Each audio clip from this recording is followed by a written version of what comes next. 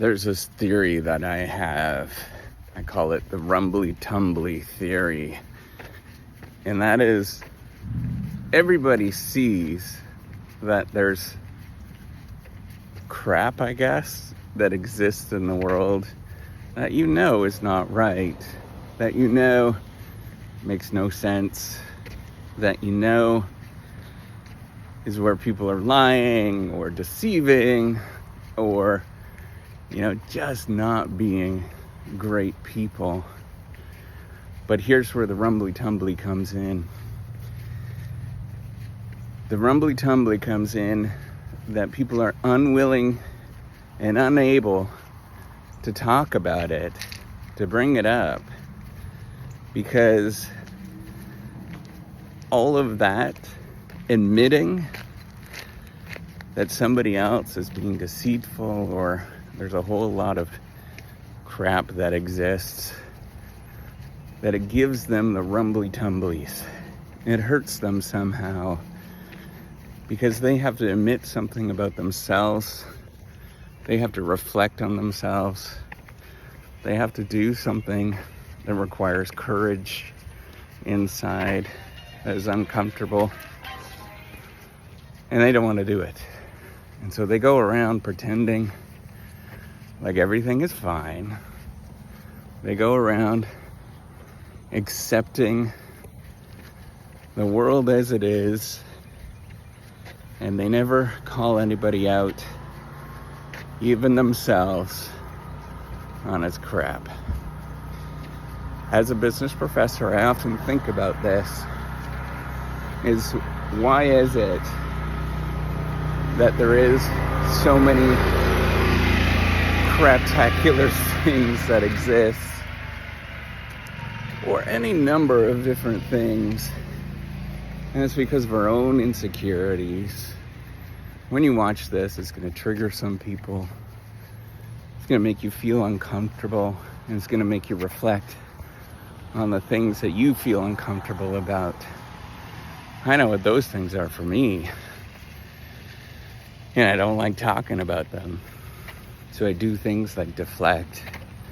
I do things like lie, deceive, all of those things that us humans actually do to protect that little thing and to protect that down there, that rumbly tumbly that we have, that gets upset when I have to address something I don't want to. Now, what I've come to learn is that much of life around us can be explained with that rumbly tumbly effect. Why do people not do the exercise they're supposed to do? Why do people have troubles saying no? I like my cinnamon buns. I like my butter tarts. I like all of that stuff. And it's because we don't make decisions with our brain as what people presume they do in the academic literature, where we create alternatives and then we select the best alternative based on criteria. We make decisions based on a rumbly tumbly. And that rumbly tumbly makes it hard for us to do many things in life, because it often tells us that something ain't right and I don't feel comfortable. So what I'm gonna do is do what I did when I was a kid, and I'm not gonna own up to it.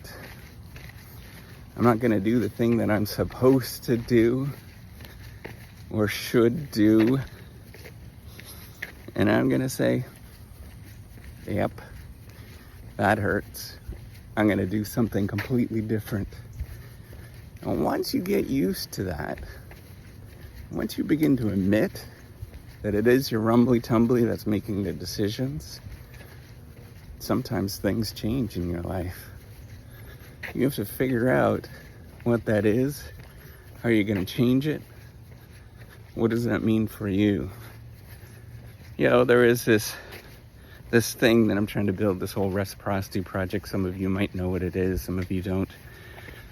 But I realized that there was a lot of people that were hurting in the academic game. And so I have to address this based on sort of challenges that I face in the academic game, meaning doing research. And if you look at the stories, if you just Google this, you'll see that, man, there's a lot of stories that are going on that are really negative. And ultimately, all of that comes down to our Rumbly Tumbly. We're all these smart individuals being as rational as we possibly can. But in the end, we make decisions that are silly because of our Rumbly Tumbly. Good luck with it all.